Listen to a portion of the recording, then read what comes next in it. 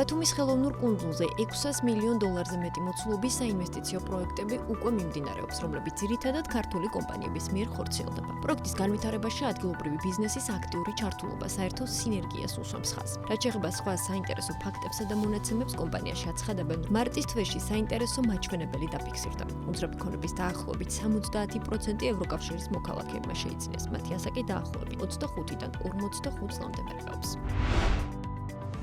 საქართველოს მთავრობის ახალი გადაწყვეტილებით IT სფეროში დასაქმებული უცხოელებისთვის ბინადრობის ნებართვის მიღების წესით დაკონკრეტდა. დროებითი ბინადრობის მისაღებად სპეციალისტმა უნდა დაადასტუროს მინიმუმ 2 წლიანი სამუშაო გამოცდილება და ბოლო 1 წლის განმავლობაში მიღებული სუმცირე $25,000 ეკვივალენტი შემოსავალი. ამასთან შემოსავლის სტაბილურობის დასასაბუთებლად ანაზღაურება მიღებული უნდა იყოს მინიმუმ 2 ჯერ სუმცირე 30 დღიანი ინტერვალით. რეგულაციები ვრცელდება როგორც დაქირავებულ თანამშრომლებზე, ისე მცირე ბიზნესის სტატუსის მქონე პირებსა და საერთაშორისო IT კომპანიების ხელმძღვანელებზე, რომლებიც შესაბამისი ეკონომიკური აქტივობის ან უფლებამოსილების დამადასტურებელი დოკუმენტების წარდგენას საჭიროებენ. აღსანიშნავია, რომ პროცესი მარტივდება იმ შემთხვევაში, როდესაც ინფორმაციის გადამოწმება ელექტრონული სისტემების მეშვეობით არის შესაძლებელი.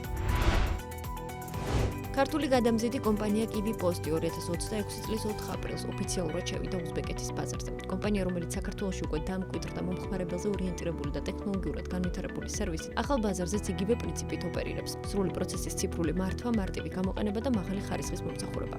კივი პოსტი თავიდანვე შეიქმნა როგორც Tech First კომპანია. აპლიკაცია სრულად შიდა გუნდმა განავითარა, რაც კომპანიას აძლევს შესაძლებლობას სწრაფად განაახოს პროდუქტი, გაუმჯობესოს მომხმარებლის გამოცდილება და უზრუნველყოს სისტემის სტაბილური მუშაობა შეკვეთიდან მიღებამდე. კომპანიამ უკვე გახსნა პირველი ლოკაცია ტაშკენტის ცენტრალურ ნაწილში, სადაც მომხმარებელს შეუძლია პირველი ამანათების მიღება. კივი პოსტი ასევე გეგმავს ქალაქში სერვის ცენტრების ქსელის გაფართოებას, რათა მომსახურება კიდევ უფრო ხელმისაწვდომი გახდეს. ინოვაციური სტარტაპის სტატუსის მქონე კომპანიების რაოდენობა 13-მდე გაიზარდა. ირაკლი კობახიძის მიერ ხელმოწერილი განკარგულებით აღნიშნული სტატუსი კიდევ 2 სტარტაპს მიენიჭა. მთავრობის 701 და 702 განკარგულებებით ინოვაციური სტარტაპის სტატუსი ჟპს ფორმა ტექნოლოჯის ჯორჯიამ და არგონავტმა 1 წლის ვადით მიიღეს. ამ დრომდე ქვეყანაში ამ სტატუსით 11 კომპანია სარგებლობდა. მათ შორის Amplify, Retaini, AI Solutions, Helio AI, Vicepay, Kursiji, Smarter Farmi, MediMind, Herio Solutions, Advisor Solutions და Venroli.